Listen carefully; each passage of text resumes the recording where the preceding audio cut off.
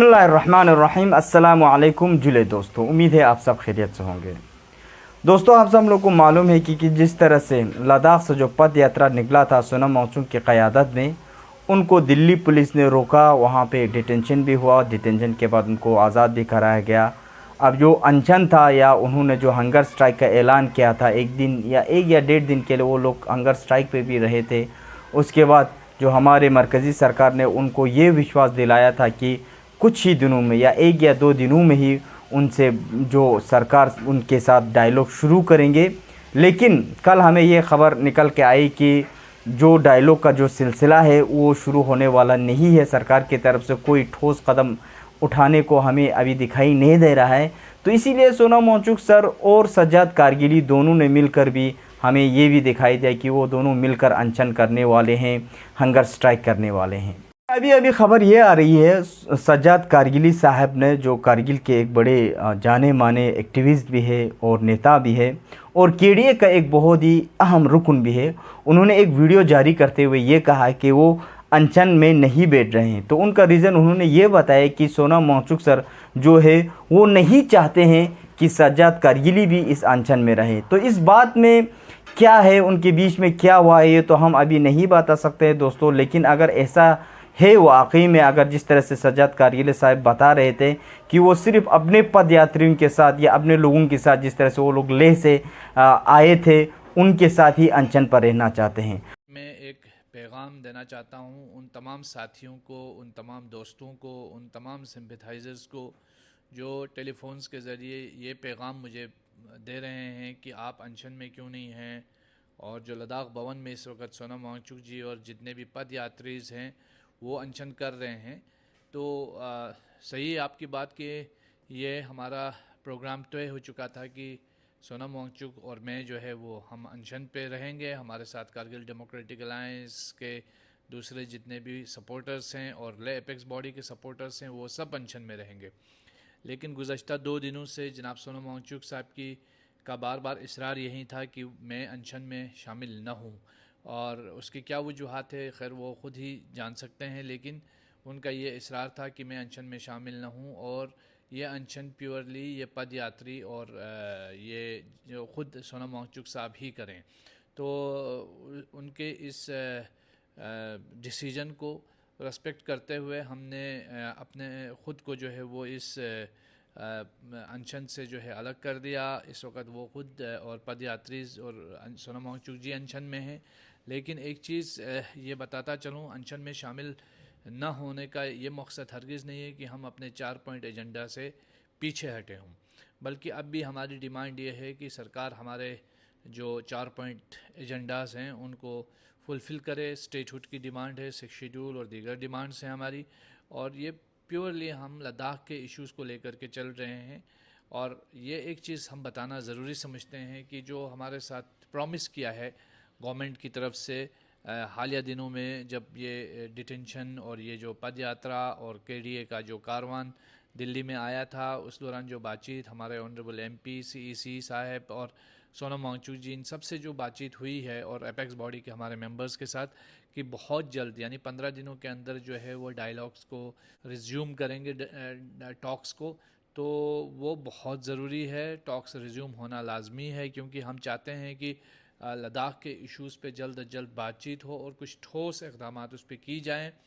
और जिसके लिए गवर्नमेंट ने जो टॉक्स के दौरान पिछली बार जो इन प्रिंसिपल कई चीज़ों पर उन्होंने एग्रीमेंट किया था, इन प्रिंसिपल एग्री हो गए थे, उन चीज़ों को जल्द अज जल्द नाफिज करे और हमें आगे बढ़ने का मौका मिले। तो इससे बहुत सारे सवालात खड़े होते हैं दोस्तों, और लद्दाख का फ्यूचर के लिए भी हमें ये जो आसार है वो सही नहीं लग रहा है, क्योंकि जिस तरह से 2021 में से कारगिल और लेह दोनों के जो रिप्रेजेंटेटिव्स है, जो लोगों के रिप्रेजेंटेटिव्स है, जैसे एपेक्स बॉडी लेह और केडीए कारगिल, ये दोनों जो मुद्दा उठा रहे थे पिछले 2-3 सालों से, वो धीरे धीरे हमें ख़त्म होते हुए दिखाई दे रहा है। और साथ ही साथ आप लोगों को ये भी बता चलूँ कि सोनम वांगचुक सर, जिन्होंने इंडिपेंडेंटली एक एकदम कदम उठाया था, बहुत ही ठोस कदम उठाया था, जो शुरुआत उन्होंने की थी हंगर स्ट्राइक से, जिस तरह से उन्होंने पहले जो ऐलान किया था कि खरदूला टॉप पर जाकर वो हंगर स्ट्राइक करेंगे।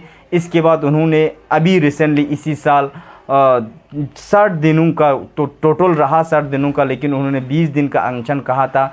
20 दिन के अनशन को जो लोगों ने भी भरपूर उनका साथ दिया और ये 60 दिन तक चला गया था।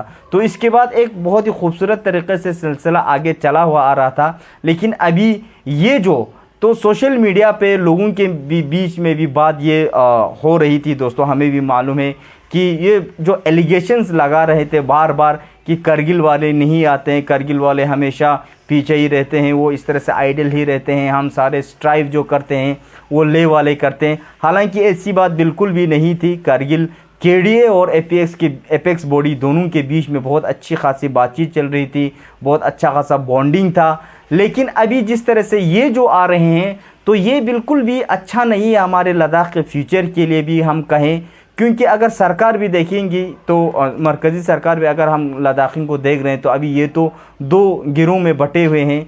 एक तो खुद से ही करना चाहते हैं, एक को तो आने ही नहीं दे रहा। ये मतलब बात बिल्कुल भी नहीं बन रही है दोस्तों।